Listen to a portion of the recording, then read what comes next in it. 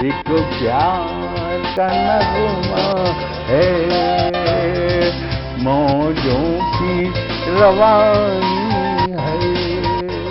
आए ऋतुराज तो बिसार सब काज, कोई मीठी मीठी धुन गुनगुनाने लगी धरती। हंसा के जड़वत जीवन को चेतन चाटा बदल गया। आवाज है दादा।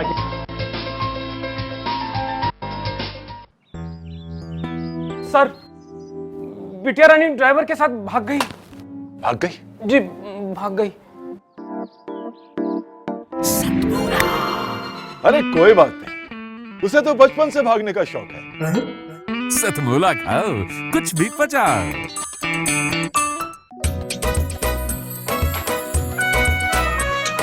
हर पल मस्ती और रंगीन विद सतमोला नमकीन, इससे बेटर है नथिंग। सतमोला नमकीन डिफरेंट टेस्ट है बेमिसाल, पनीर भुजिया भी कमाल, इसके टेस्ट के सब शौकीन। हाँ सतमोला नमकीन, सतमोला स्वीट्स एंड नमकीन, इससे बेटर है नथिंग।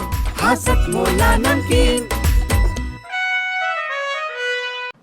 सीएम साहब, हमारे 30 विधायक अपोजिशन पार्टी में चले गए। अब आप सीएम नहीं रहे।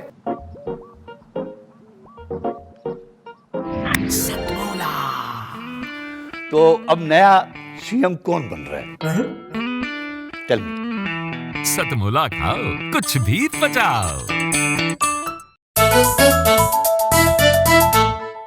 जितना जी में आए खाओ, बस खाते ही खाते जाओ। डरने की क्या बात है जब सतमोला साथ है। टेस्ट है इसका सबसे निराला, हर दिल पर जादू कर डाला। स्वाद स्वाद में जमकर खाया, सतमोला ने खूब बचाया। खाने से गलता है क्या? सतमोला। और जो व्यक्ति जमीन से जुड़ा हुआ था, और मुझे ऐसा लग रहा है कि जितने भी चेहरे मेरी आंखों के सामने हैं, ये सभी के सभी जमीन से ही जुड़े हुए हैं। इसीलिए इतनी दूर आने का ये लोगों ने यहाँ पर प्रयास भी किया और आए भी। डुबकिया सिंधु में गोताखोर लगाता है और जा जाकर खाली हाथ लौट कर आता है। मिलते नहीं सहजी मोती गहरे पानी में, और बढ़ता दुगना उत्साह इसी हैरानी में। मुट्ठी उसकी खाली हर बार नहीं होती, और कोशिश करने वालों की कामयाबी एकदम ही कदम नहीं चूमती। संघर्ष करना पड़ता है, सत्य की राह पर चलना होता है, लोगों के बीच में अपना विश्वास देना होता है। जहां पर आपका विश्वास एक बार लोगों के दिमाग में बैठ गया, तो फिर आप कोई भी काम कर लें। संघर्ष के रास्ते कठिन तो जरूर होते हैं, लेकिन जब उसकी रफ्तार पकड़ लेती है उसकी गाड़ी, तो मंजिल कितनी भी लंबी क्यों ना हो, तो अपने आप आपके कदम आकर चूम लेती है। ऐसा मेरा विश्वास है। इसी के अंदर कुछ और लाइनें हैं जो आपके साथ में शेयर कर रहा हूं।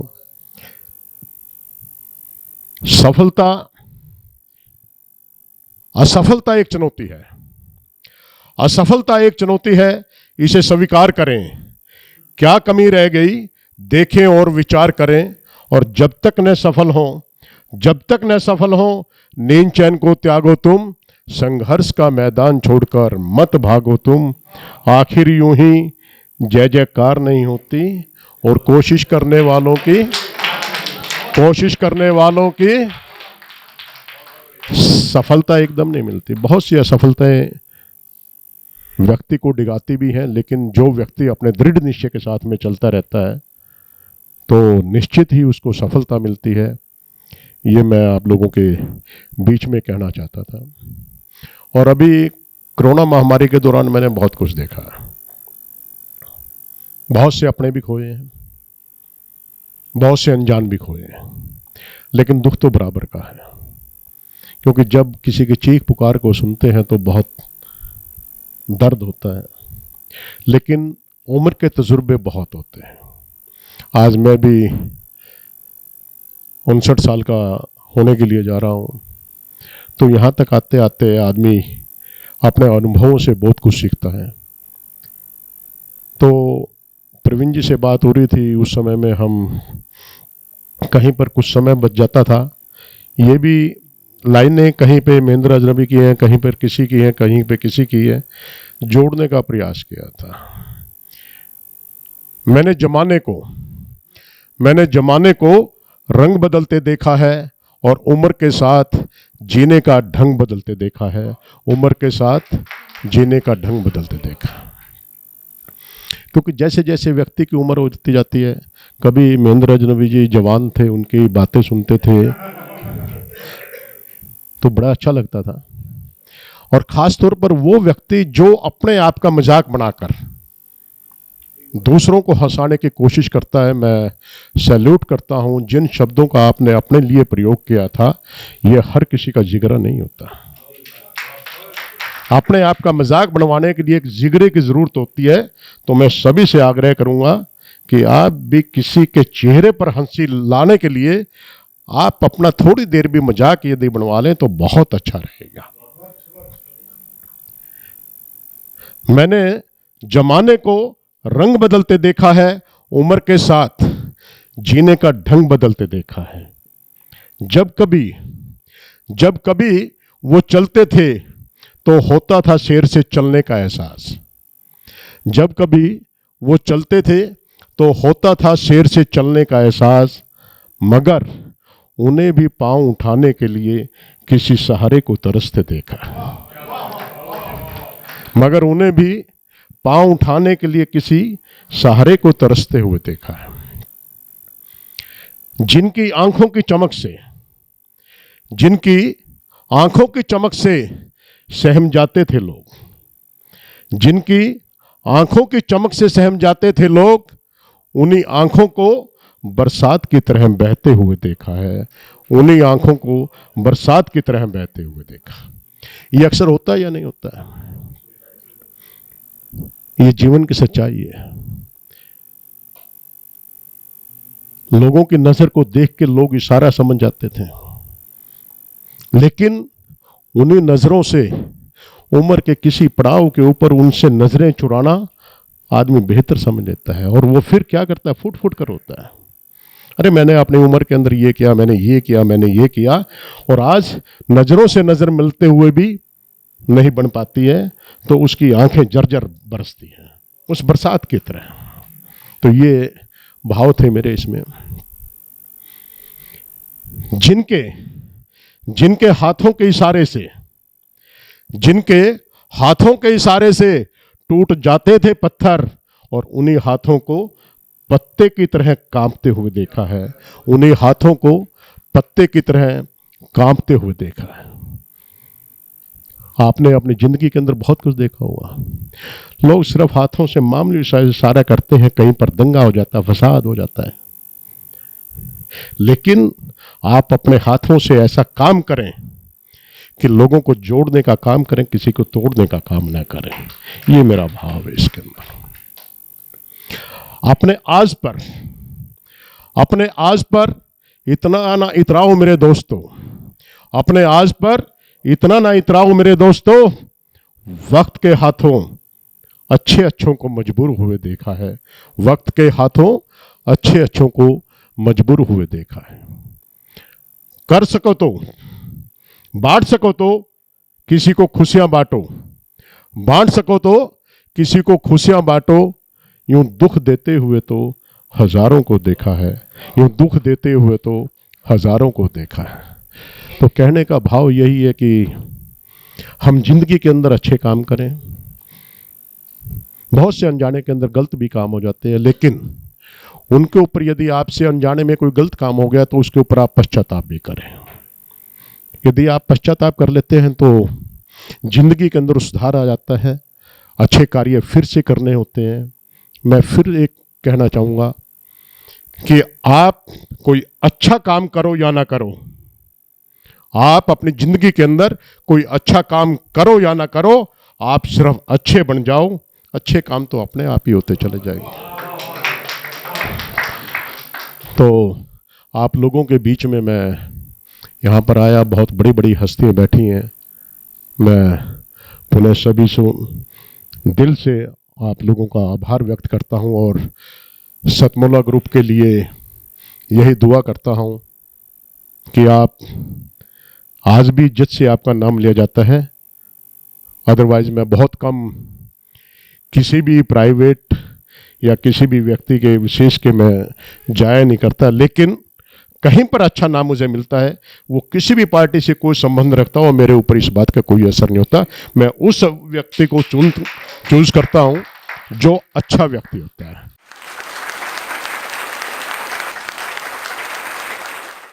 नमस्कार, सतमोला कवियों की चौपाल में आप सभी दर्शकों का हार्दिक स्वागत है।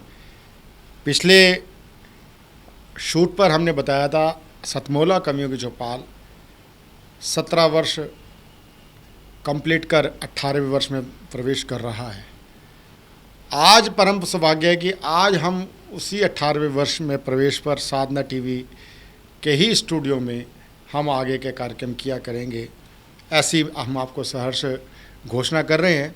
साधना टीवी देश का ही नहीं बल्कि एशियाई आध्यात्मिक चैनल जो शुरू में प्रारंभ हुए थे, संस्कार,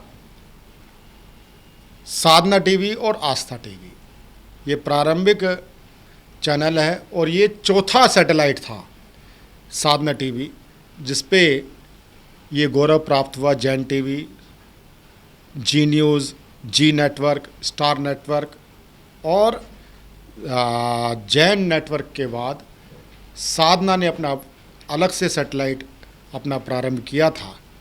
और आज साधना आध्यात्मिक चैनल के साथ साथ न्यूज़ चैनल्स का भी एक बहुत बड़ा समूह है। ईश्वर टीवी है, साधना गोल्ड है, साधना टीवी है और बहुत ही इसी के साथ साधना टीवी के साथ ही हमारी साधना टीवी की यात्रा 19 साल का हो चुका है।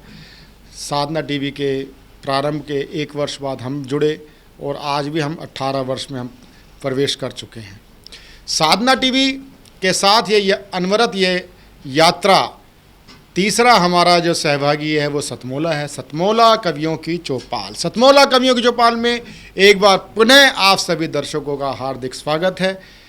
आज सतमोला कवियों की चौपाल में परम सौभाग्य है कि आज हमारे बीच में उपस्थित हैं देश ही नहीं विश्व में जिनकी आवाज़ गूंजती है, सौगंध राम की खाते हैं मंदिर वहीं बनाएंगे, इस नारे को जन्म देने वाले ऐसे महान कवि आज हमारे बीच में उपस्थित हैं। पूर्व सांसद प्रोफेसर ओमपाल सिंह निडर। जा जोरदार तालियों के साथ सौगंध राम की खाते हैं मंदिर वहीं बनाएंगे, इन पंक्तियों के साथ मैं उनको सादर आमंत्रित करता हूं, श्री ओमपाल सिंह निडर।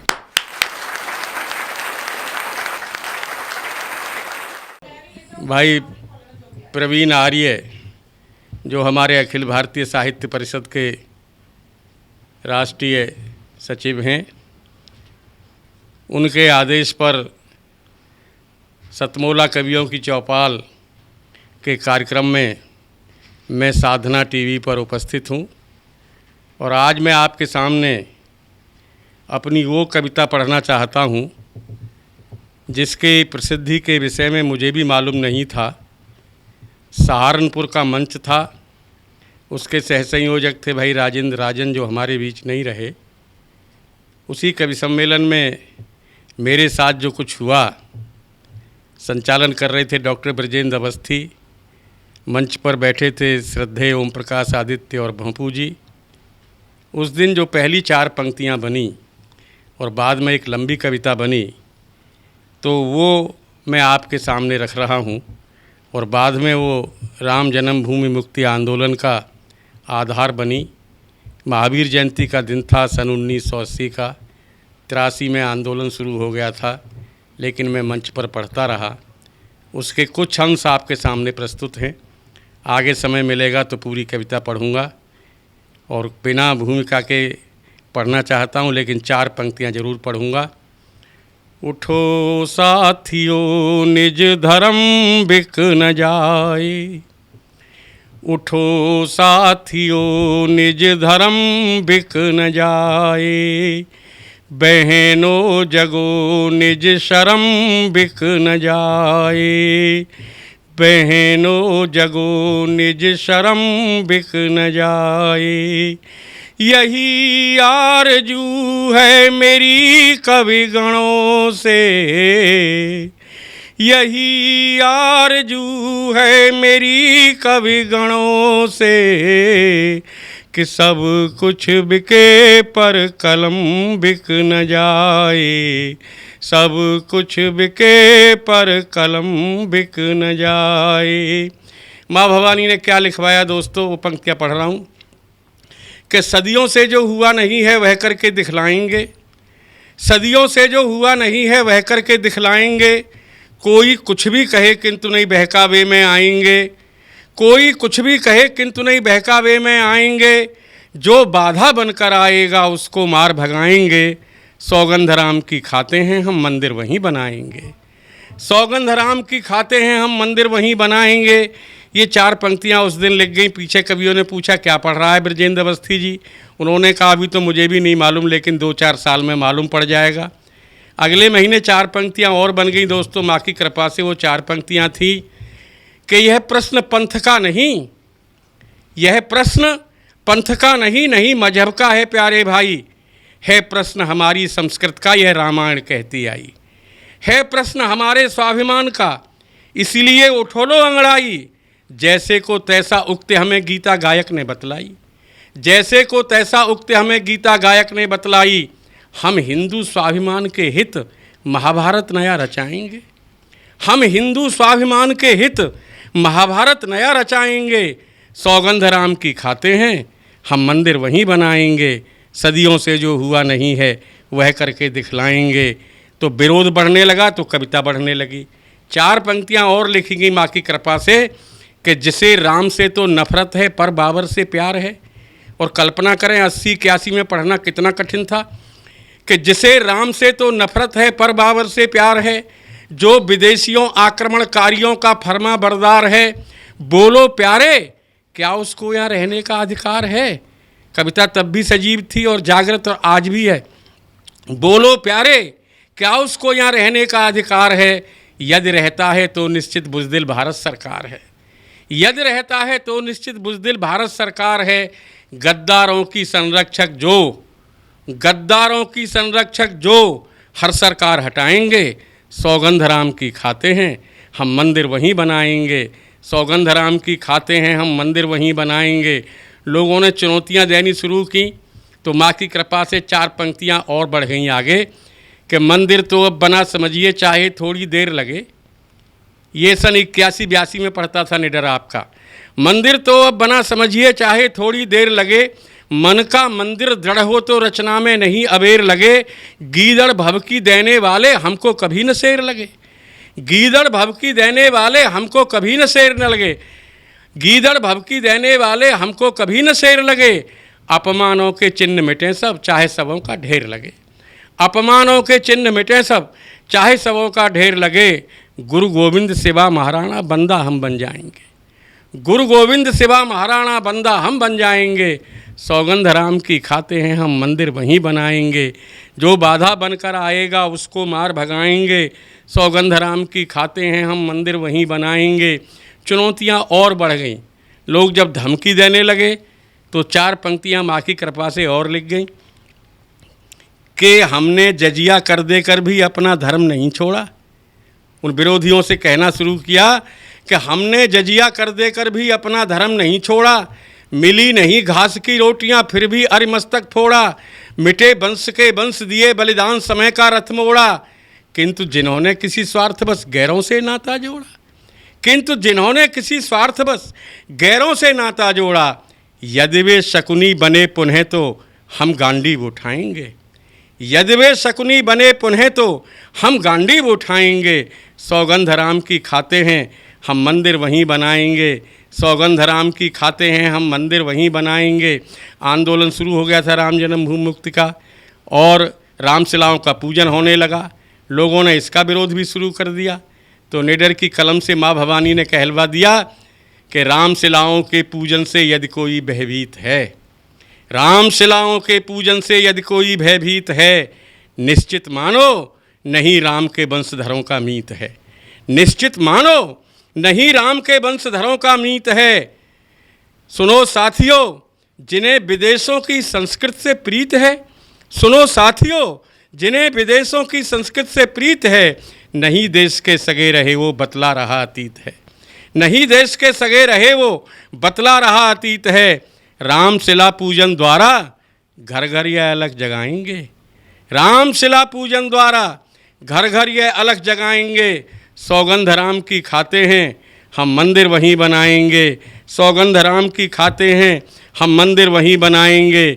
सदियों से जो हुआ नहीं है वह करके दिखलाएंगे। सौगंध राम की खाते हैं हम मंदिर वहीं बनाएंगे। बाकी दूसरे बार पढ़ेंगे। जय हिंद, जय भारत, जय श्री राम।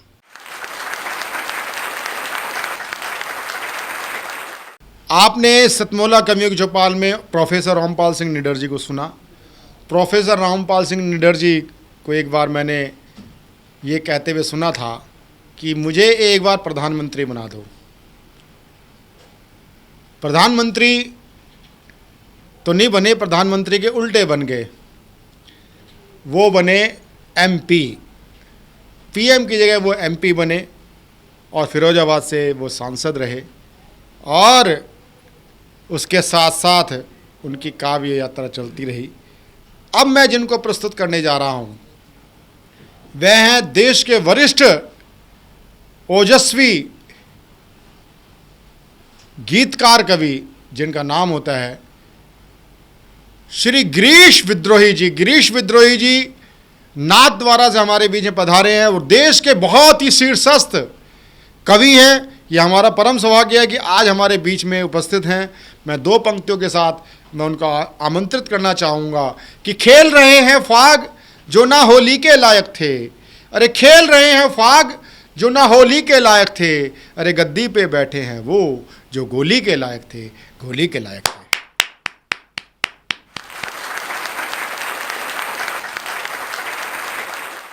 मैं कवि गिरीश विद्रोही मेवाड़ की माटी और प्रभु श्रीनाथ जी की धार्मिक स्थली नाथद्वारा से अपनी काव्य प्रस्तुति दे रहा हूँ। मैंने अपने जीवन का एक उद्देश्य बनाया। कई कवियों ने लिखा कि जी हाँ हजूर में गीत बेचता हूँ। मैंने भी वहीं से अपनी बात शुरू की। तो कुछ पंक्तियाँ मैं आपके बीच पढ़ता हूँ कि गीत लिख डाले मैंने पेट के लिए, गीत लिख डाले मैंने पेट के लिए और बेच डाले इस पेट के लिए। अपने पराए बेचे पेट के लिए, जिंदगी भी बेच डाली पेट के लिए। अब बदलूंगा परिवेश के लिए, पेट बेच दूंगा मेरे देश के लिए। निवेदन करना चाहता हूँ, एक ईस्ट इंडिया कंपनी आई जिसने पूरे देश को गुलामी के कगार पर पहुंचा दिया था। आज भी ये तो वर्तमान के प्रशासन ने सारी स्थितियों को नियंत्रण में रख रखा है, बाकी विदेशियों की निगाह पूरे भारत पर है। अपनी बात कहता हूँ मैं कि एक कंपनी से कई कंपनी बनी, एक कंपनी से कई कंपनी बनी। हिंदुस्तानियों पे फिर बंदूकें है तनी, है लाल बाल पाल का जमी पे खून है, जलियांवाला बाग में अभी जुनून है। भारतीय संस्कृति की निशानी मार दी, आजाद हिंद फौज की कहानी मार दी। ब्रिटेन की महारानी को सजाने के लिए झांसी वाली रानी की जवानी मार दी, झांसी वाली रानी की जवानी मार दी। कि माँ भारती के खुले हुए केश के लिए, माँ भारती के खुले हुए केश के लिए अब बदलूंगा परिवेश के लिए। पेट बेच दूंगा मेरे देश के लिए। गीत लिख डाले मैंने पेट के लिए और बेच डाले इस पेट के लिए। अपने पराए बेचे पेट के लिए, जिंदगी भी बेच डाली पेट के लिए। अब बदलूंगा परिवेश के लिए, पेट बेच दूंगा मेरे देश के लिए। कभी कभी विचार करता हूँ, तिरंगा हमारी अस्मिता का प्रतीक है।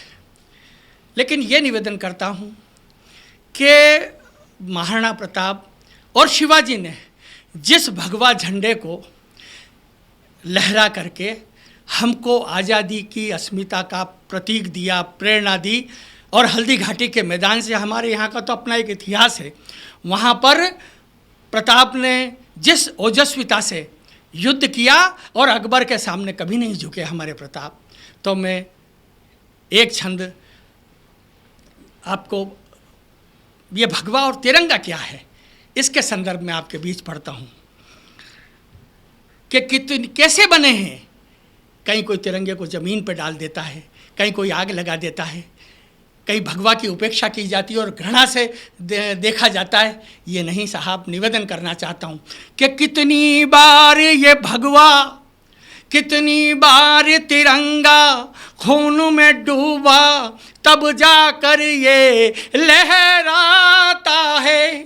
कितनी बार ये भगवा और कितनी बार तिरंगा खून में डूबा, तब जाकर ये लहराता है। और जन्म भले कैसे कितने मिल जाएं, ऐसा देश कहाँ मिलता है। शेरों के संग खेल खेलता माता ने जब पुत्र जना था, शीश कटे और धड़ लड़ता था, तब जाकर ये देश बना था, तब जाकर ये देश बना था।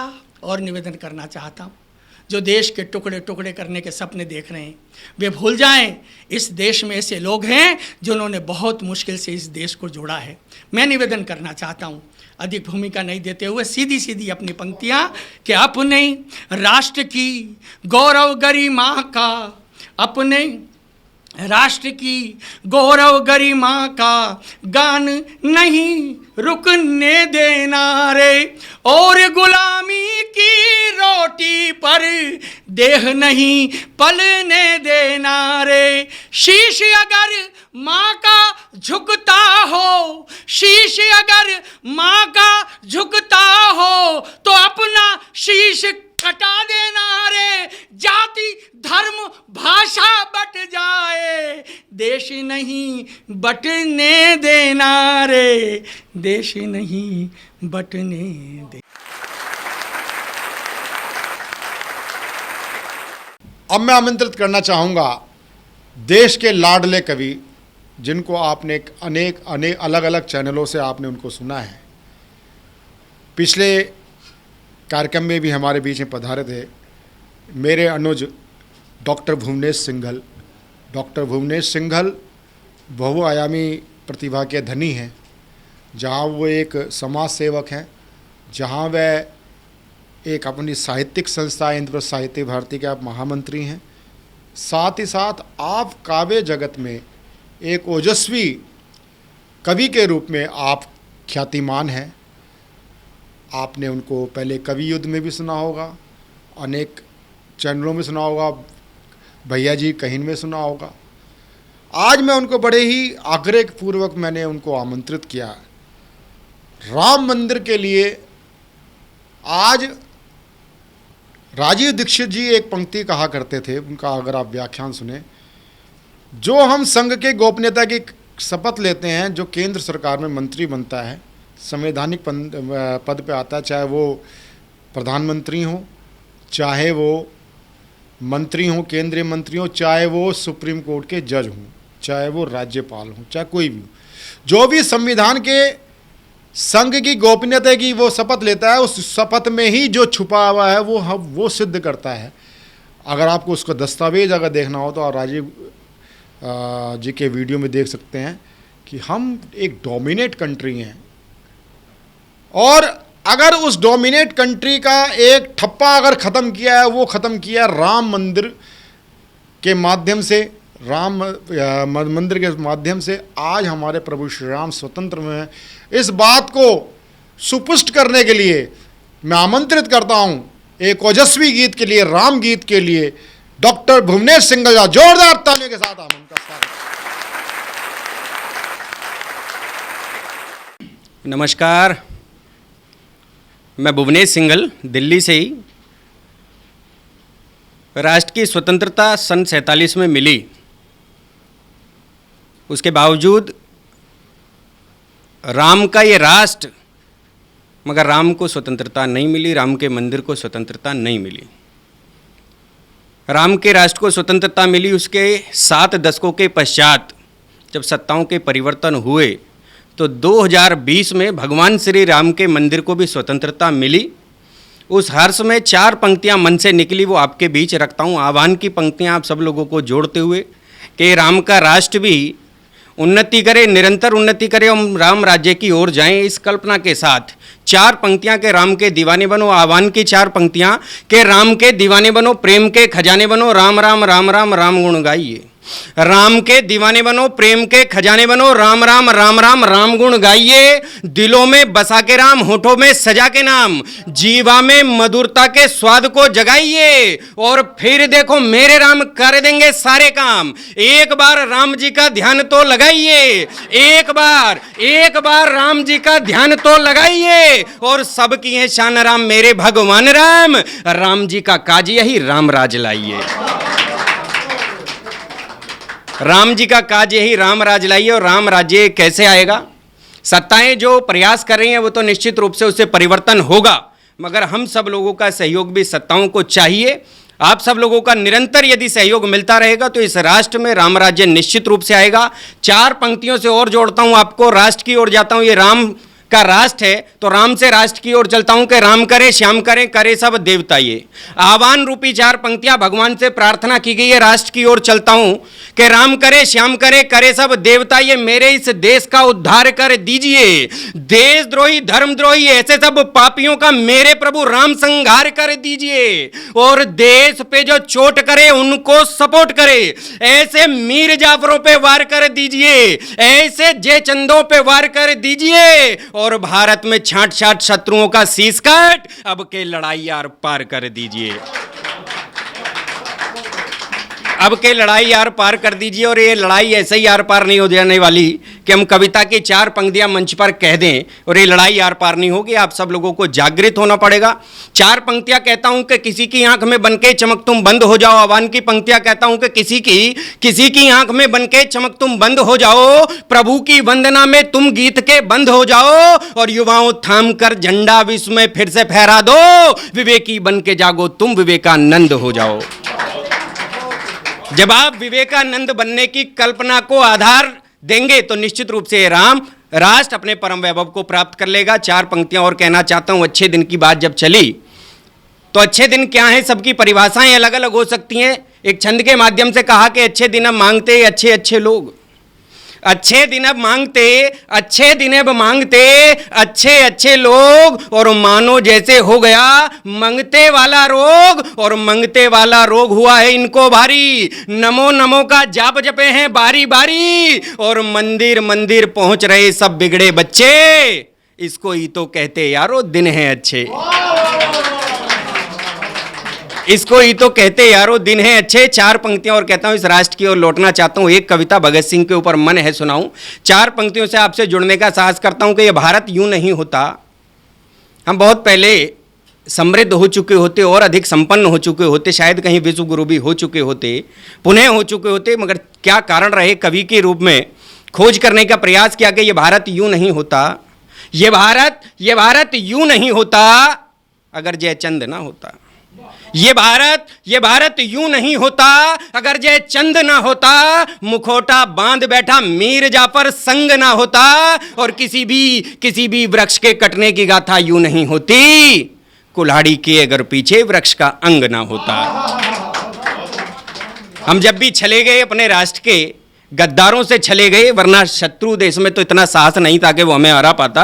एक कविता मन है कि भगत सिंह के लिए आपके बीच में रखूं। भगत सिंह और उनकी मां का संवाद, बहुत ज़्यादा लंबी भूमिका नहीं बनाऊंगा। भगत सिंह के विषय में आप सब लोग जानते हैं। एक छोटी सी कविता, भगत सिंह और उसकी मां का संवाद देखिएगा कि एक बार की बात भगत यूं अपनी माता से बोला। एक बार की बात भगत यूं अपनी माता से बोला, मात भारती की सेवा में दिल ये मेरा है डोला, भारत मां पर संकट है गोरों की काली दृष्टि है।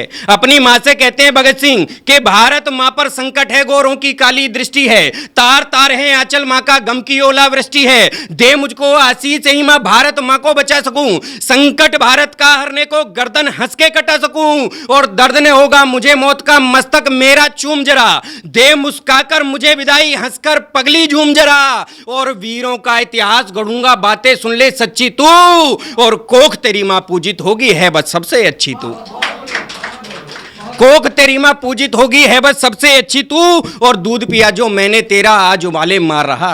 भगत सिंह कहते हैं अपनी मां से कि दूध पिया जो मैंने तेरा आज उबाले मार रहा, भारत मां का कर्ज चुका दूं तेरा मुझ पर भार रहा, और तेरे दूध का कर्ज चुकाने पुनः जन्म लूंगा मैं, गर तू मुझको माफ करेगी मरकर नहीं मरूंगा मैं। और इतना कहकर भगत सिंह तब घर से बाहर निकल गया, वो सीधा क्रांतिकारियों के वीर मार्ग पर निकल गया, और राम प्रसाद बिस्मिल से उसको मानो गुरु महान मिले, शेखर जैसे भाई मिले थे चंद्र बोस दिन मान मिले, और बटुक सुखदेव गुरु से उसकी यारी गहरी थी, और अंग्रेजों के सत्ता वाली मगर हुकूमत बहरी थी, अंग्रेजों के सत्ता वाली मगर हुकूमत बहरी थी, और बहरी सत्ता को लेकिन जनता की बात सुनानी थी, स्वर बनूंगा मैं जनता का उसने मन में ठानी थी, और निकल गया वो बम हाथ ले और असेंबली पहुंच गया, चलती कार्यवाही में भी बम वहां पर फेंक दिया, और घायल ना हो लेकिन कोई उसका यही तो लक्ष्य था, बहरों को आवाज सुनाऊं यही तो निर्णय अक्षय था, और बम फटा जब बीच असेंबली आवाज ये दिल चीर गई, और अंग्रेजी मजबूत हुकूमत की हिल पूरी नींव गई, अंग्रेजी मजबूत हुकूमत की हिल पूरी नींव गई। लेकिन वीर भगत सिंह तब भी फोड़ के बम को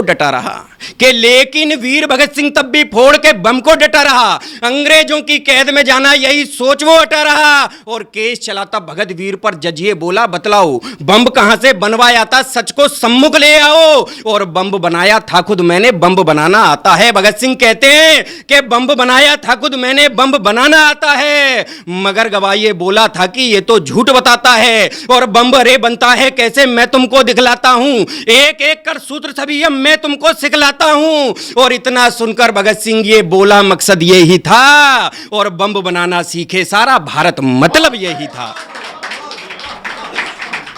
कि बम बनाना सीखे सारा भारत मतलब यही था। और सुनो गवाही देने वाले कल भारत ये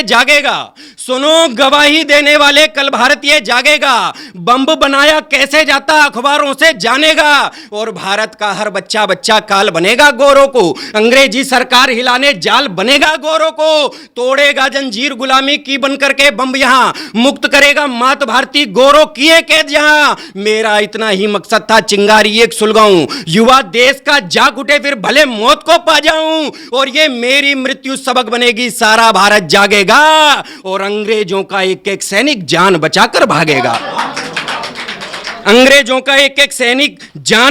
भागेगा, और शीघ्र यहां पर मात भारती मुक्त होंगी लिख लो तुम। भगत सिंह कहते हैं कि शीघ्र यहां पर मात भारती मुक्त होंगी लिख लो तुम, ये शीघ्र यहां पर मात भारती मुक्त होंगी लिख लो तुम, यह मृत्यु मेरी सीख बनेगी बातें मेरी लिख लो तुम। और एक क्रांति भड़क उठेगी नौजवान सब जागेंगे, दंश गुलामी का धोने को रक्त तुम्हारा मांगेंगे। और अरे फिरंगी जस तू सुन ले माफी ना मैं मांगूंगा, मकसद पूरा यही करूंगा नहीं यहां से भागूंगा। और चाहे काला पानी दे दे चाहे सूली चढ़वा दे, एक मरेगा 100 जन्मेंगे क्यों ना फांसी लटका दे। और मेरी मृत्यु वो उत्सव होगी सारी दुनिया देखेगी, और एक भगत था जन्मभूमि का नाम गर्व से बोलेगी। एक भगत था अंतिम पंक्तियों की ओर लेकर चलता हूं। एक भगत था जन्मभूमि का नाम गर्व से बोलेगी, और मातृभूमि के प्रति ये जज्बा जज ने कभी ना देखा था कि मातृभूमि के प्रति ये जज्बा, अंतिम पंक्तियां कहता हूं कि मातृभूमि के प्रति ये जज्बा जज ने कभी ना देखा था। एक युवा मरने को आतुर कैसा दृश्य अनोखा था। 23 साल का युवा मात्र था मगर हौसला भारी था, मातृभूमि की आजादी का वो झंडा बरदारी था। और कंठ गया था सूख और खुद जज भी रोया था चिपकर, मुंह नीचे कर गोरे जज ने कलम तोड़ दी चुप रहकर। फिर संयत होकर जज अंग्रेजी खामोशी को तोड़ गया और भगत सिंह को फांसी दे दो चिल्ला करके बोल गया। भगत सिंह को फांसी दे दो चिल्ला करके बोल गया। धन्यवाद। मिलते हैं छोटे से एक अल्प विराम के बाद। जितना जी में आए खाओ, बस खाते ही खाते जाओ। डरने की क्या बात है जब सतमोला साथ है। टेस्ट है इसका सबसे निराला, हर दिल पर जादू कर डाला। स्वाद स्वाद में जमकर खाया, सतमोला ने खूब बचाया। खाने से डरता है क्या? सतमोला। सर, बिटिया रानी ड्राइवर के साथ भाग गई। भाग गई? जी, भाग गई। अरे कोई बात नहीं, उसे तो बचपन से भागने का शौक है। सतमोला खाओ, कुछ भी पचाओ।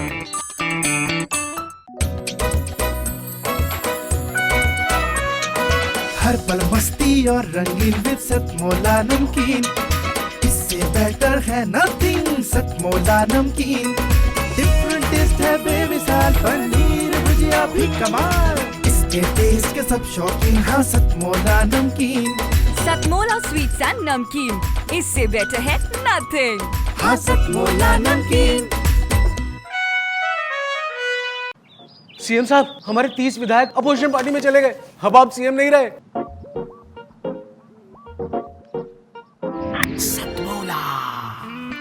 तो अब नया सीएम कौन बन रहा है? Tell me. सतमोला खाओ, कुछ भी पचाओ। अभी तक आप ले रहे थे खट्टी मीठी गोलियों का चटखारा। आइए जुड़ते हैं कवियों की चौपाल में दोबारा। हमारे बीच में एक बहुत ही श्रेष्ठ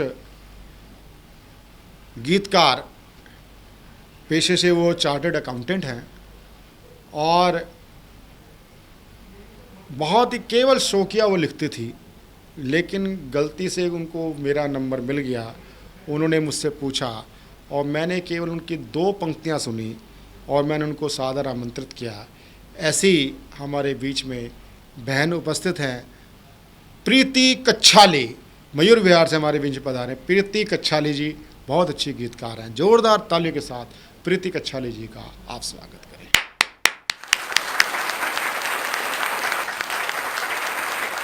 मैं प्रीति कच्छल और बाय प्रोफेशन में प्रैक्टिसिंग चार्टर्ड अकाउंटेंट हूँ। इस सतमोला कवियों की चौपाल में जब प्रवीण जी का मेरे पास में फ़ोन आता है कविता पाठ के लिए, तो कविता पाठ करने के फलस्वरूप मेरे से रचना हुई एक गीत की, जिसका शीर्षक है नौजवान देश का। उसके एक धुन है, तालमय है, और यदि आपको अच्छा लगता है तो बीच में ताली बजा सकते हैं। तो प्रस्तुत है वह गीत नौजवान देश का। देश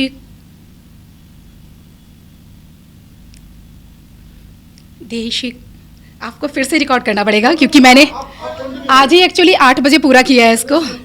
मैं धुन पकड़ती हूँ।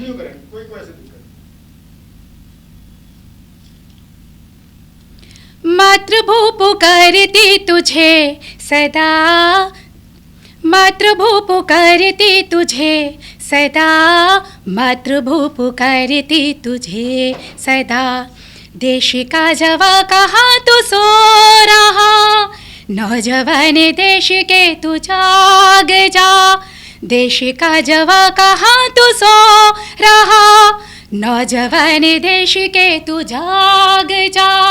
मातृभू पुकारती तुझे सदा, मातृभू पुकारती तुझे सदा। जय जय भारती माँ भारती, ओ देश घिर रहा है चारों ओर से, देश घिर रहा है चारों ओर से। जाल बहुत फैले समस्याओं के, जाल बहुत फैले समस्याओं के। तूफान तांडव मचा रहा, नौजवान देश का तू जाग जा। तूफान तांडव मचा रहा, नौजवान देश का तू जाग जा। तूफान तांडव मचा रहा, नौजवान देश का तू जाग जा। मातृभू पुकारती तुझे सदा, मातृभू पुकारती तुझे सदा, मातृभू पुकारती तुझे सदा, मातृभू पुकारती तुझे सदा।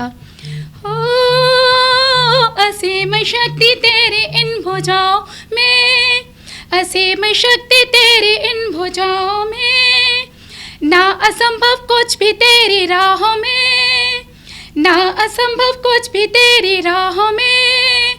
खेल देखो कैसा खेल खिल रहा, नौजवान देश के तू जाग जा।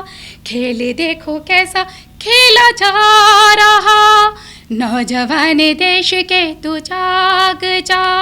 मातृभू पुकारती तुझे सदा, मातृभू पुकारती तुझे सदा, मातृभू पुकारती तुझे सदा। ला देश ने दिया है तुझको आज सब, देश ने दिया है तुझको आज सब। कर विकास देश का युवा तू अब, कर विकास देश का युवा तू अब। दुश्मन फन फैला रहा, नौजवान देश का तू जाग जा। दुश्मन फन फैला रहा, नौजवान देश का तू जाग जा। मातृभू पुकारती तुझे सदा, मातृभू पुकारती तुझे सदा। देश का जवा कहा तू सो रहा, देश का जवा कहा तू सो रहा। नौजवान देश के तू जाग जा, नौजवान देश के तू जाग जा। नौजवान देश के तू जाग जा, नौजवान देश के तू जाग जा। मातृभू पुकारती तुझे सदा, मातृभू पुकारती तुझे सदा, मातृभू पुकारती तुझे सदा। भारत माता की जय।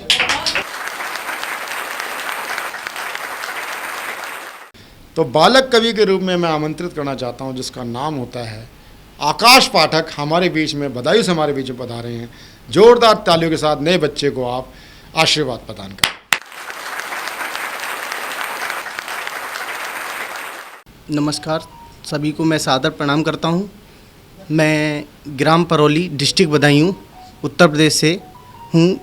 मैं अपनी रचनाएं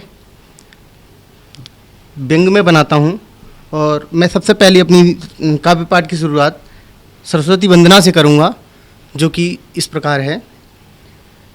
प्रथम कविता गाय के सबको लूँ हर्षाए, प्रथम कविता गाय के सबको लूँ हर्षाए। हे सरस्वती माँ मेरे कंठ पे कृपा दो दर्शाए, हे सरस्वती माँ मेरे कंठ पे कृपा दो दर्शाए।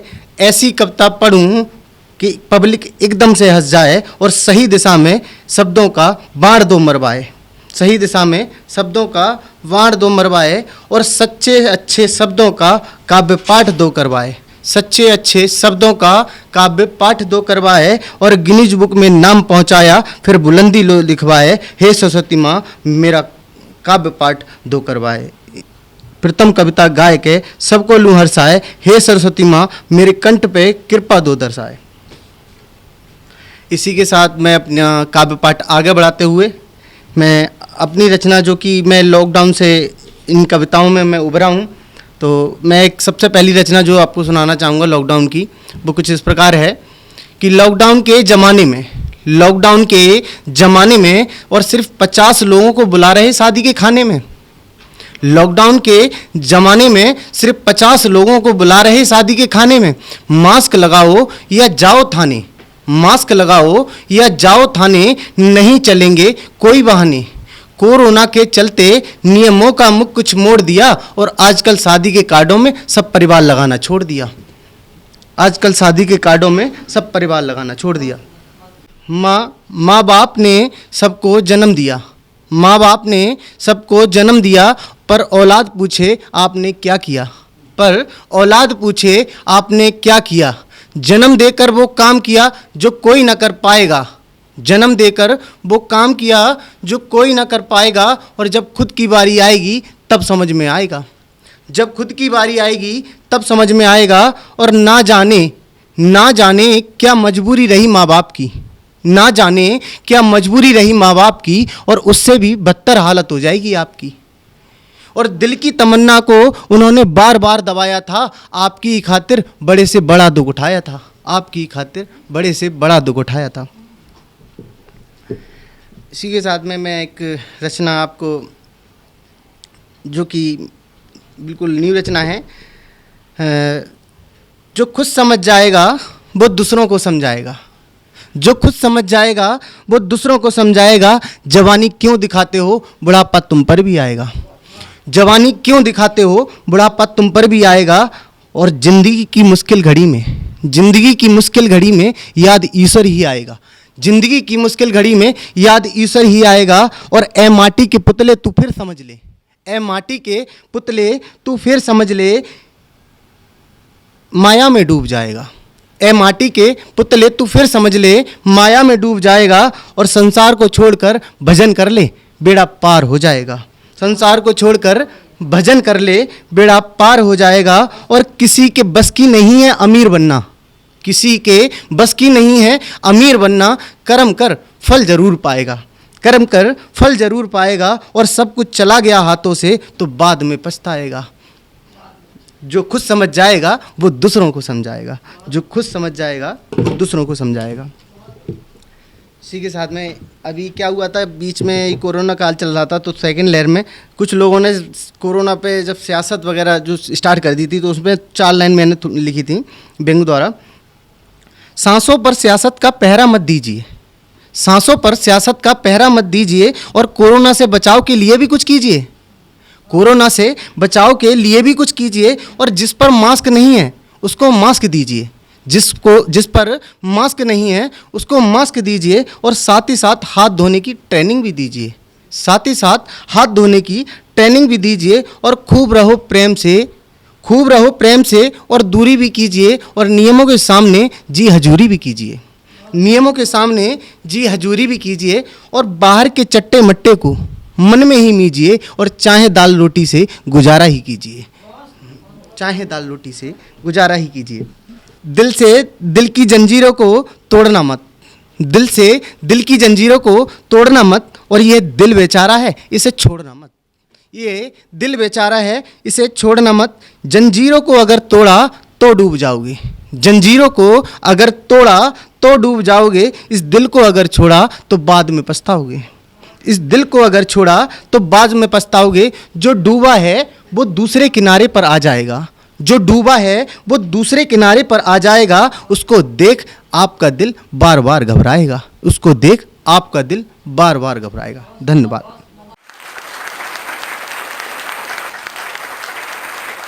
सतमोला कवियों की चौपाल एक ऐसी चौपाल है, राष्ट्रीय चौपाल है, कवियों की चौपाल है, जिसमें कविता के हर रंग आपको देखने के मिलेंगे। अब मैं एक और ओज के रंग के साथ बहुत ही श्रेष्ठ ओज गीतकार डॉक्टर अवधेश तिवारी जी को आमंत्रित करता हूँ। अवधेश तिवारी जी का पूरा नाम होता है अवधेश तिवारी भावुक। वैसे ओजस्वी कवि हैं लेकिन भावुक हैं, भावुकता में बहुत ही ओज का जो सप्तक तार है वो तक छेड़ देते हैं। ऐसे कवि को मैं आमंत्रित करता हूँ, डॉक्टर अवधेश तिवारी भावुक।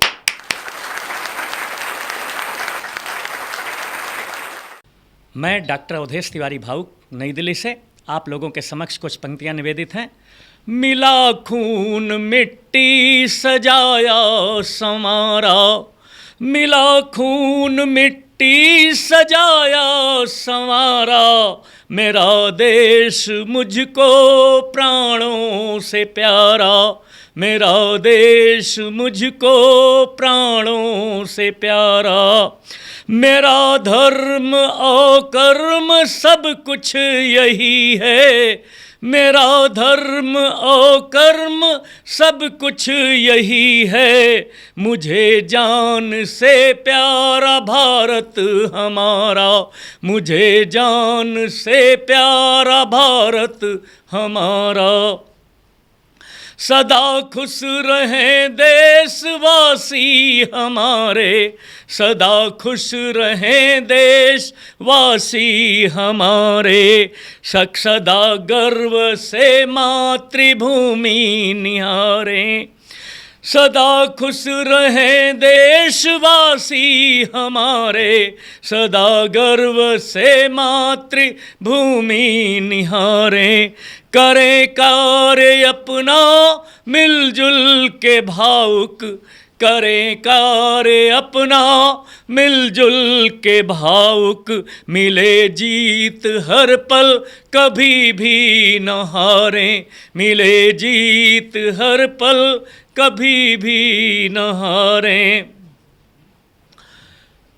अभी इसी महीने 15 अगस्त 1947 को, यानी इसी अगस्त के महीने में ही हमने आज़ादी पाई थी। तो कुछ पंक्तियाँ आज़ादी पर्व के लिए कि दीप बनकर जले हम सभी के हृदय, दीप बनकर जले हम सभी के हृदय, पुष्प से खिल उठे हम सभी के हृदय, पुष्प से खिल उठे हम सभी के हृदय। भावुक आजादी शुभ हो सभी को सदा, भारत माँ ही बसे हम सभी के हृदय, भारत माँ ही बसे हम सभी के हृदय। मित्रों, मैं भारत को एक जीता जागता राष्ट्र पुरुष मानता हूँ। तो कुछ पंक्तियाँ भारतवर्ष के लिए। हिमालय सा उच्च शिखर, हिमालय सा उच्च शिखर, नदियाँ बहती लहर लहर, झम झम झम वर्षा होती, दिनकर का रहता तेज प्रखर। सारे जहां से अच्छा, सारे जहां से अच्छा, धरती पर स्वर्ग स्थान हूँ, हाँ मैं हिंदुस्तान हूँ, हाँ मैं हिंदुस्तान हूँ, हाँ मैं हिंदुस्तान हूँ। सर पर पर्वतराज की छाया, सर पर पर्वतराज की छाया, पग में हिंद महासागर, सर पर पर्वतराज की छाया, पग में हिंद महासागर, पूरा तन वन से आच्छादित, मन जल से भरा हुआ गागर। प्रकृति ने दिया भरपूर प्यार, वसुधा की शान हूँ, हाँ मैं हिंदुस्तान हूँ, हाँ मैं हिंदुस्तान हूँ, हाँ मैं हिंदुस्तान हूँ। एकता अखंडता विविधता, एकता अखंडता विविधता समेटे जनमानस की शान हूँ, हर भारतवासी के दिल में बसा हुआ भावुक सम्मान हूँ। जाति धर्म भाषा से बढ़कर, जाति धर्म भाषा से बढ़कर जनगण मन का मान हूँ, हाँ मैं हिंदुस्तान हूँ, हाँ मैं हिंदुस्तान हूँ, हाँ मैं हिंदुस्तान हूँ। मित्रों, कुछ पंक्तियाँ और। कांधे पर AK-47, अभी कुछ समय पहले की ही घटना है कि कुछ लोग जिन सैनिकों के कंधों पर AK-47 होता था उनको भी चाटा जड़ देते थे। तो उसी पर कुछ पंक्तियां निवेदित हैं कि कांधे पर AK-47 गालों पर चाटा खाता है, भावुक दिल्ली से पूछ रहे क्या सिंहों को ये भाता है। कांधे पर AK-47 गालों पर चाटा खाता है, भावुक दिल्ली से पूछ रहे क्या सिंहों को ये भाता है। जबड़े बांध दिया शेरों के, जबड़े बांध दिया शेरों के, राजनीति की डोरी से उनको गले लगा बैठे जो घोंपे छुरी चोरी से। और सेना के हाथ खोल दो अब, सेना के हाथ खोल दो अब, आतंक न भारत भू पर हो, जो प्रेम राष्ट्र से करे नहीं उसका मस्तक चरणों पर हो। आस्तीन के सांपों सक, आस्तीन के सांपों संग केवल सत्ता सुख पाओगे, जनगण मन से विस्मृत होकर सत्ता पथ में खो जाओगे। कभी कभी तो ये लगता लोकतंत्र में कायर बसते, जो कुर्सी पा जाते हैं गद्दारों से डरने लगते। नहीं तो भारत माँ को गाली देने वाले कैसे बचते, नहीं तो भारत माँ को गाली देने वाले कैसे बचते, और राष्ट्र ध्वज को अपमानित कर खुले आम वो कैसे रहते।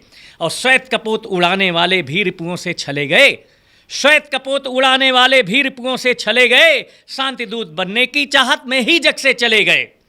शांति दूत बनने की चाहत में ही जग से चले गए, जो जीवन भर राष्ट्र धर्म की बातें करते नहीं थके, जो जीवन भर राष्ट्र धर्म की बातें करते नहीं थके, वो भी कुर्सी को पाते ही सिद्धांतों पर नहीं टिके।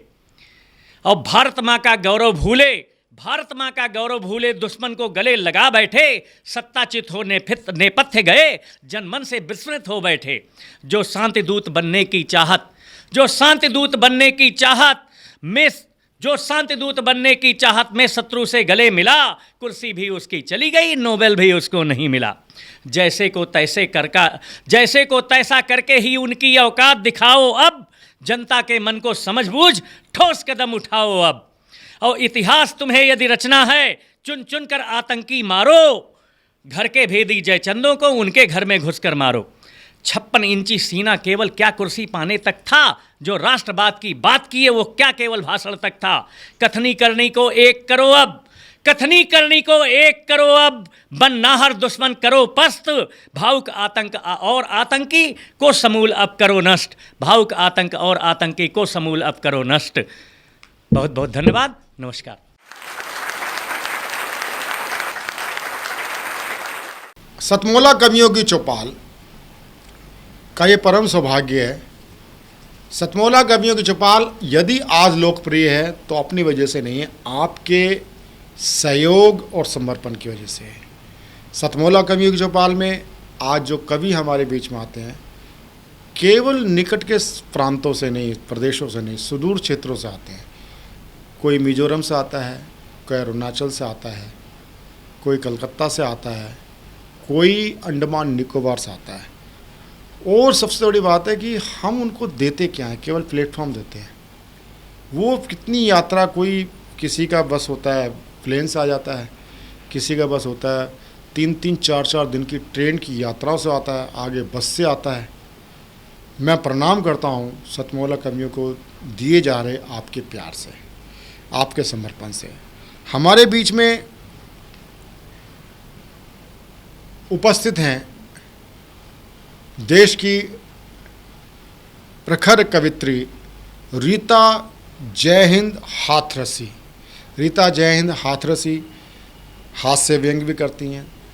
मैं एक बात स्पष्ट करना चाहता हूँ, कुछ कवि प्रस्तुतिकरण की दृष्टि से अच्छे होते हैं, श्रेष्ठ होते हैं। कुछ लोग जो अपना लेखन होता है, जो उनको आप पढ़ो, आप उनके प्रति श्रद्धा, उनके प्रति पढ़ने की जिज्ञासा बलवती होती है, जिनके प्रति जिज्ञासा बलवती होती पढ़ने की, ऐसी कवित्री का नाम होता है रीता जयहिंद हाथरसी। बहुत ही श्रेष्ठ कई विधाओं में लिखती है, चाहे वो हाइकू हो, चाहे वो माहिया हो, चाहे वो छंद हो, चाहे वो मुक्तक हो। मैं ऐसी वरिष्ठ कवित्री डॉक्टर रीता जयहिंद जी को आमंत्रित करता हूँ, आएँ अपना काव्य पाठ प्रस्तुत करें।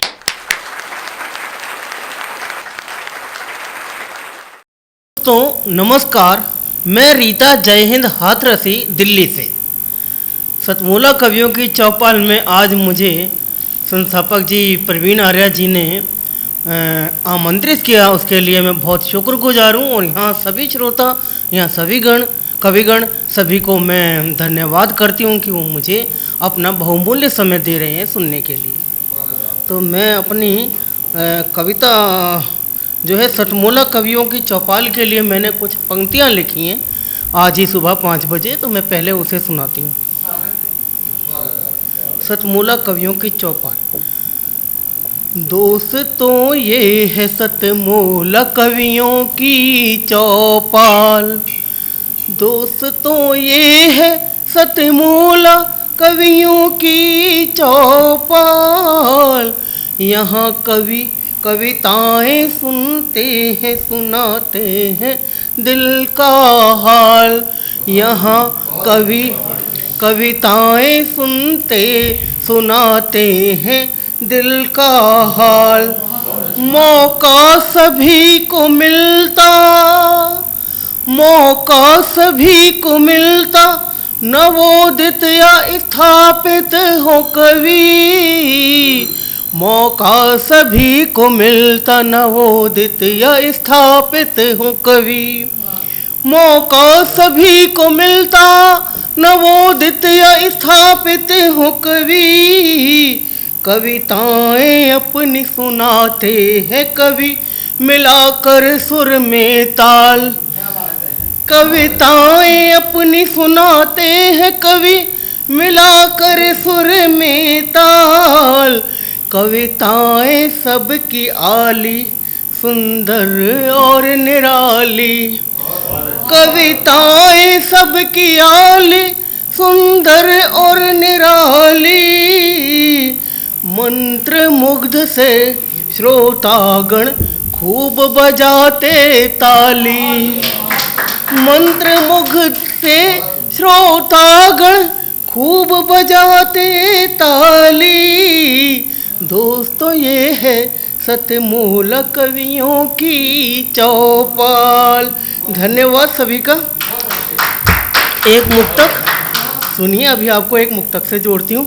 कभी ऐसे दिन भी देखे थे साहब, कभी ऐसे दिन भी देखे थे साहब, हमने जुगनू हथेली में रख पढ़ाई की थी हमने। जुगनू हथेली में रख पढ़ाई की थी हमने। जुनूनी तो शुरू से ही थे, जुनूनी तो शुरू से थे, कोई नई बात नहीं। जज्बा इस कदर जो चाहा हासिल किया हमने। जज्बा इस कदर जो चाहा हासिल किया हमने। और दोस्तों मेरे बारे में मेरी राय, चमचागिरी का लहजा हमको आता जो नहीं है। चमचागिरी का लहजा हमको आता जो नहीं है, इसीलिए व्यवहार हमारा सबको भाता नहीं है। इसीलिए व्यवहार हमारा सबको भाता नहीं है। सच को सच और झूठ को झूठ कहती हूँ मैं। सच को सच और झूठ को झूठ ही कहती हूँ मैं। यही अंदाज हमारा सबको सुहाता नहीं है। यही अंदाज हमारा सबको सुहाता नहीं है। और एक ही श्रृंगार पर मुक्तक लिखा है मैंने। काजल आंखों में लगाकर न जाने किसको बुलाती है। काजल आंखों में लगाकर न जाने किसको बुलाती है। अखियों के झरोखों से देख वो मन ही मन मुस्काती है। अखियों के झरोखों से देख वो मन ही मन मुस्काती है। जुल्फ़े काली बिखेर कर, जुल्फ़े काली बिखेर कर कोई फिल्मी गीत गुनगुनाती है। अपनी शोक चंचल अदाओं से वो क्या खूब गजब ढाती है। अपनी शोक चंचल अदाओं से वो क्या खूब गजब ढाती है। और मैं अपने जीवन पर कुछ चार पंक्तियाँ पढ़ती हूँ। यूं तो मेरे चाहने वालों की कमी नहीं, यूं तो मेरे चाहने वालों की कोई कमी नहीं, पर मेरे दुख में उनकी आंखों में नमी नहीं। पर मेरे दुख में उनकी आंखों में नमी नहीं। तलाशती हूँ मौका, तलाशती हूँ मौका उन्हें आजमाने का। महसूस होता है कि मुझी में है कमी कहीं। महसूस होता है कि मुझी में है कमी कहीं।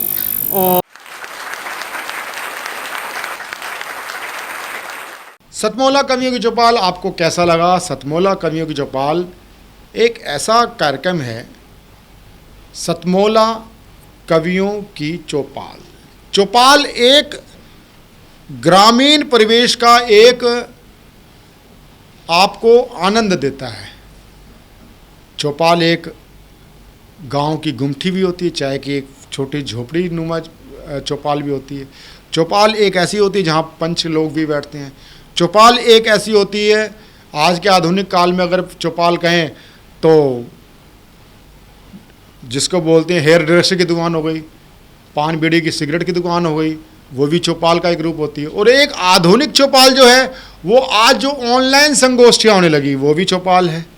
लेकिन इस चौपाल को जो कंसेप्ट दिया वो दिया सतमोला कवियों की चौपाल ने। आज कवियों की चौपाल के नाम से कई कार्यक्रम चल रहे हैं, हमने कभी उसको पेटेंट कराने की आवश्यकता नहीं समझी। अच्छे विचार को कभी भी पेटेंट नहीं करना चाहिए, प्रसारित होना चाहिए। अच्छा विचार प्रसारित होना चाहिए निरंतर। अब जो है कवियों की चौपाल 10 चल रहे होंगे, लेकिन सतमोला कवियों की चौपाल एक ही है। इसलिए जो पहले गीतकार होते थे, शायर होते थे, वो अपना उपनाम कहीं ना कहीं अपनी रचना में डाल देते थे। लेकिन पता नहीं क्या है कि ये नाम ही जब रखते हुए बस सतमोला कवियों की चौपाल आया, तो कवियों की चौपाल हज़ार हो सकती हैं, लेकिन सतमोला कवियों की चौपाल एक ही है, वो आपकी अपनी है, सतमोला कवियों की चौपाल। ये जो 18 साल का एक तरनाई आई है, ये वयस्क भी होगा, ये 21 साल का भी होगा, 22 साल का भी होगा, 25 का भी होगा, और ये यात्रा काव्य यात्रा जो चलने वाली है, अनवरत है, और ये सब प्रभु इच्छा पर है। और सतमोला कवियों की चौपाल में हमारे 3 कंसेप्ट हैं। एक कंसेप्ट है कि चौपाल, एक कंसेप्ट दूसरा है नवांकुर बालक, एक तीसरा कंसेप्ट है कि जिसको अगर कविता के कीड़े ने काट लिया, जीव ने काट लिया, और उसके कविता के प्रति मोह बना और कविता समझता है और अपनी मन की बात कहना चाहता है, हमने उसका सबसे लास्ट में उसका एक कंसेप्ट रखा है, टाइम रखा, स्लॉट रखा है अपनी बात रखने का। तो आप हमसे जुड़ें, सतमोला कवियों की चौपाल से जुड़ें। सतमोला कवियों की चौपाल में जुड़ने के लिए केवल एक ही नंबर है, 9711182183। स्क्रॉल पे आप जो नंबर देख रहे हैं, आप हमें व्हाट्सएप से जुड़ सकते हैं, आप हमें सीधी कॉल कर सकते हैं, अपना वीडियो भी भेज सकते हैं। और सतमोला कवियों की चौपाल में अगले रविवार फिर मिलेंगे नए कवियों के साथ सतमोला कवियों की चौपाल में। नमस्कार। सतमोला कवियों की चौपाल, आज यह आयोजन सुनकर और सब कवियों से मिलकर बहुत प्रसन्नता हो रही है। मैं जिन कवियों ने भी आज काव्य पाठ किया, उन सबको राष्ट्रीय कवि संगम की ओर से उज्जवल भविष्य के लिए हार्दिक शुभकामनाएं देता हूँ। मुझे जो अनुभव आया वो पहले ज़रूर कहना चाहूँगा। हो सकता है बाकी लोगों ने वैसा न किया हो, परंतु अपना काव्य पाठ करते समय वो काव्य पाठ करें जो आपको याद है। आपको नीचे कागज़ पर, मोबाइल पर देख करके न सुनाना पड़े, जो याद है वही सुनाइए। देखकर पढ़ने में आपकी अभिव्यक्ति कमज़ोर हो जाती है। ये सीखना हो तो निडर जी से सीखो, विद्रोही जी से सीखो और भुवनेश जी से सीखो। मैं इस बात को अनुभव करता हूँ, जब भी आप कभी मंच पर जाएं, श्रोता से आंख मिला करके यदि आप कविता सुनाएंगे तो आपकी कविता का प्रभाव ज़्यादा होगा। नहीं तो आप कागज़ देखते रह जाओगे, नीचे ऊपर नीचे ऊपर, जनता से जुड़ ही नहीं पाओगे। एक बात तो मुझे ये कहनी इस बारे में।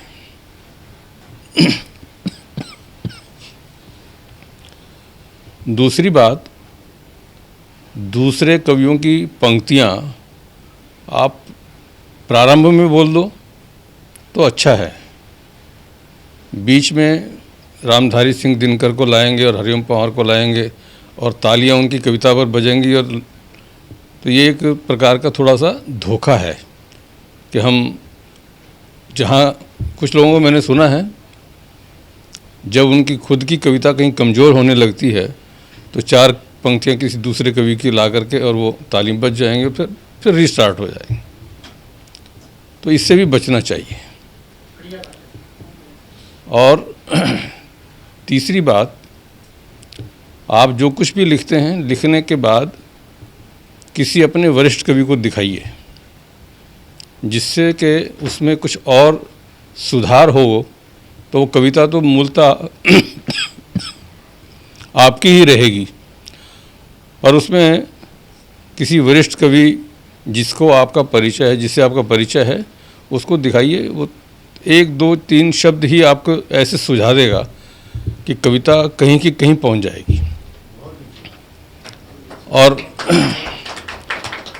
कोई भी व्यक्ति परिपूर्ण नहीं होता। बड़े बड़े कवि भी लिखते हैं तो लिख करके जिस पर उनका आत्मीयता का संबंध होता है वो कहता है, ये 4 पंक्तियाँ मेरे ध्यान में आई हैं, ज़रा इसको देखो यार। वो क्या करता है? कुछ नहीं करता। अरे यार, इसकी जगह ये शब्द हो जाएगा तो सचमुच में वैसा हो जाता है। तो हम अपने आप को इतना बड़ा ना मान लेंगे, बस मेरा लिखा हुआ, अब इसको कोई दूसरा ठीक कर ही नहीं सकता, इससे बढ़िया कुछ हो ही नहीं सकता। तो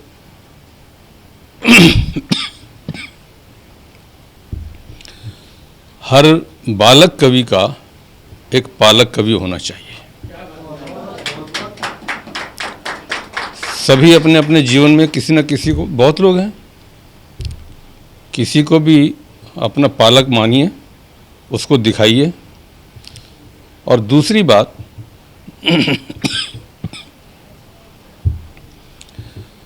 हर पालक कवि का एक बालक कवि होना चाहिए।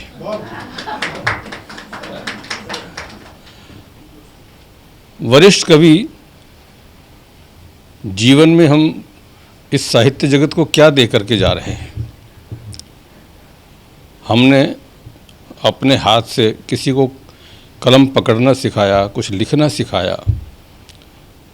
ये करेंगे तो हमें संतोष होगा कि हमने अपना कवि धर्म निभाया। अभी गिरीश जी ने कहा कि यानी पेट के लिए ये किया, पेट के लिए वो किया, और अंत में बहुत सार्थक पंक्ति दे गए कि देश के लिए पेट को बेच दिया। बहुत सही बात उन्होंने कही। तो ऐसे बहुत सारी बातें वरिष्ठ कवियों के पास में हैं। मैं चाहूँगा कि वो अपने ओर से भी 5-5 बालक कवि तैयार करें। मैं एक बात बड़ी ईमानदारी से जो अनुभव करता हूँ, हम अपनी ज़िंदगी में घर परिवार में वारिस ढूंढते हैं। वो काहे का वारिस होता है? हमारी संपत्ति का वारिस। संपत्ति के अंदर मैं उसको दे करके जाऊंगा। अभी राम की बात हो रही थी, बीच में एक बात याद आ गई। सब जगह पर संपत्ति पर झगड़ा होता है। रामायण में संपत्ति पर झगड़ा नहीं, संपत्ति की जगह सब लोग अपने ऊपर विपत्ति लेना चाह रहे हैं। वो वनवास में जा रहा है तो भरत कह रहा है नहीं, मैं तो ज़मीन में गड्ढा खोद करके वहाँ रहूँगा। तो सबने अपने जीवन में त्याग किया। तो ऐसे जिस विषय की मैं बात कर रहा था कि हमारे जीवन में बालक तैयार करना है, और वो बालक, हाँ, वारिस की मैं बात कर रहा था। वो वारिस हमारा संपत्ति का वारिस तो हो सकता है, आपके साहित्य का वारिस नहीं हो सकता। आपको यदि अपने साहित्य का वारिस तैयार करना है तो ऐसे ही बालक कवियों में से मिलेगा कोई। और घर में जो वारिस है, वो वारिस आपको साल में एक बार श्राद्ध के दिनों में स्मरण करके अपना दायित्व पूरा कर लेगा कि चलो भाई ये भी एक कर्म कांड है, कहीं कुछ हो ना जाए, कोई पूर्वज हमको आशीर्वाद में कमी ना रख दें। इतनी मात्र होता है। और सबकी इच्छा होती है मेरे मरने के बाद लोग मुझे याद रखें, याद करें। जाना सबको है, सबको पता है, फिर भी चाहते हैं मरने के बाद मैं जीवित कैसे रह सकूं। बेटा जीवित नहीं रख सकता, क्षमा करना। आपको साहित्य के क्षेत्र में जीवित रखेगा तो आपका वो बालक कवि रखेगा, जो मंच पर जाते समय कहेगा कि मैं 4 पंक्तियां सबसे पहले अपने उन गुरुदेव के चरणों को समर्पित करता हूं जिन्होंने मुझे कलम पकड़ना सिखाया, लिखना सिखाया है। वो जीवन भर जब तक वो रहेगा तो आपको किसी न किसी रूप में हर मंच पर आपकी उपस्थिति देता रहेगा। तो इसलिए हर बालक कवि का कोई पालक कवि चाहिए और हर पालक कवि का कोई बालक कवि चाहिए। कद बड़ा नहीं होता, कद बड़ा नहीं होता एड़ियाँ उठाने से, कद बड़ा होता है सिर झुकाने से। और हम सब कलम के सिपाही हैं। कलम भी यही संदेश देती है, जब वो लिखती है तो झुक कर के चलती है, ऐसे नहीं होती है, ऐसे होकर के चलती है। वो भी आपको कहती है कि विनम्रता रखिए, कुछ भी लिख जाओ, कुछ भी बड़े बन जाओ। बड़े बड़े कवि इसीलिए बड़े कहे जाते हैं कि उनकी विनम्रता होती है। अब इनकी विनम्रता देखिए, ये सब उदाहरण है आपके लिए। तो इसलिए कोशिश कीजिए जीवन में विनम्रता का भाव रहे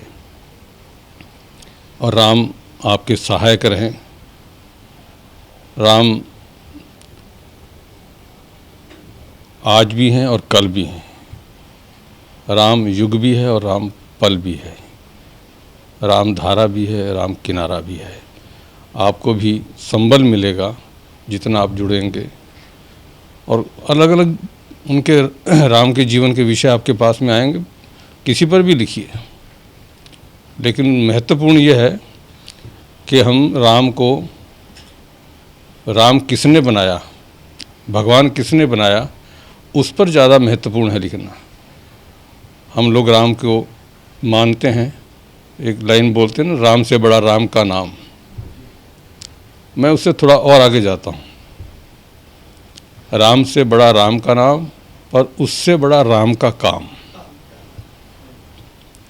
ये सच है कि अयोध्या की राजगद्दी राम को राजा तो बना सकती थी। ये सच है कि अयोध्या की राजगद्दी राम को राजा तो बना सकती थी, पर वनवास ने उन्हें भगवान बना दिया।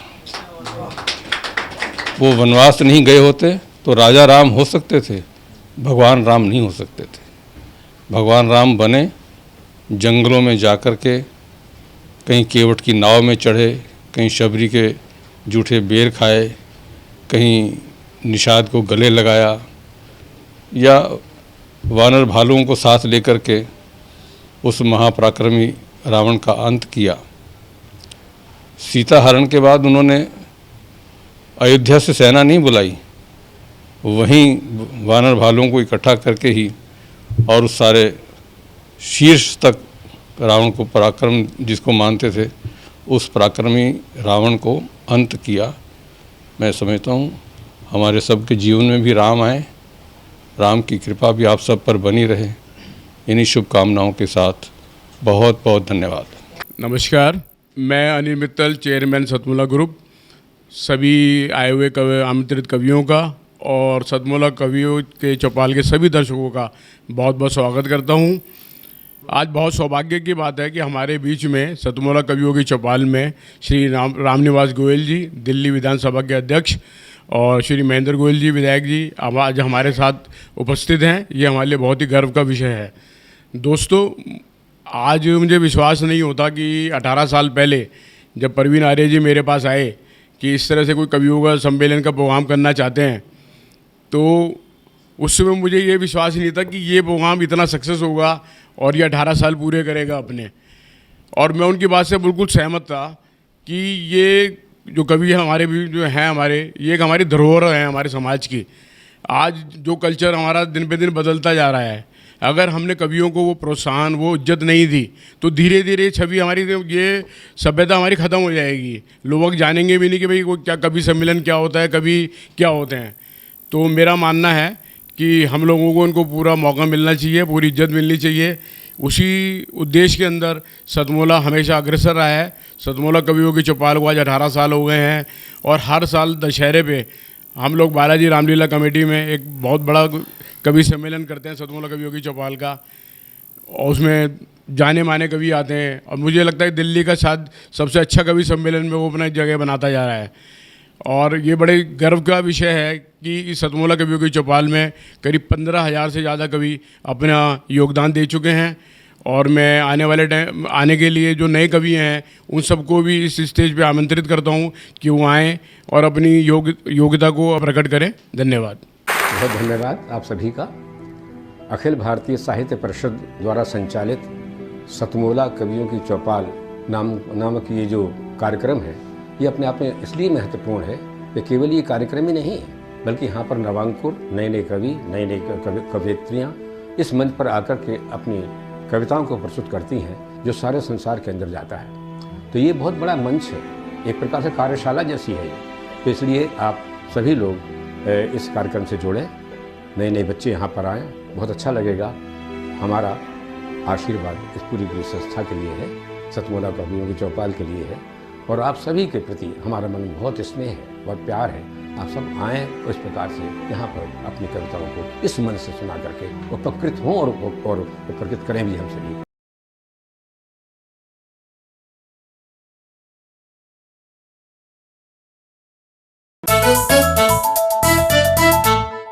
जितना जी में आए खाओ, बस खाते ही खाते जाओ। डरने की क्या बात है जब सतमोला साथ है। टेस्ट है इसका सबसे निराला, हर दिल पर जादू कर डाला। स्वाद स्वाद में जमकर खाया, सतमोला ने खूब बचाया। खाने से डरता है क्या?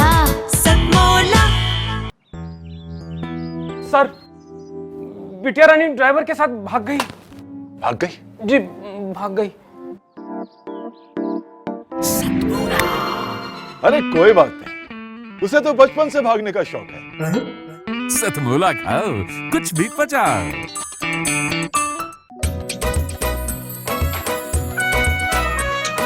हर पल मस्ती और रंगीन विद सतमोला नमकीन, इससे बेटर है नथिंग। सतमोला नमकीन, डिफरेंट टेस्ट है बेमिसाल, पनीर भुजिया भी कमाल। इसके टेस्ट के सब शौकीन, हाँ सतमोला नमकीन।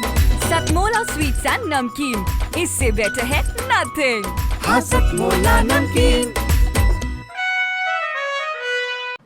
सीएम साहब, हमारे 30 विधायक अपोजिशन पार्टी में चले गए। अब आप सीएम नहीं रहे।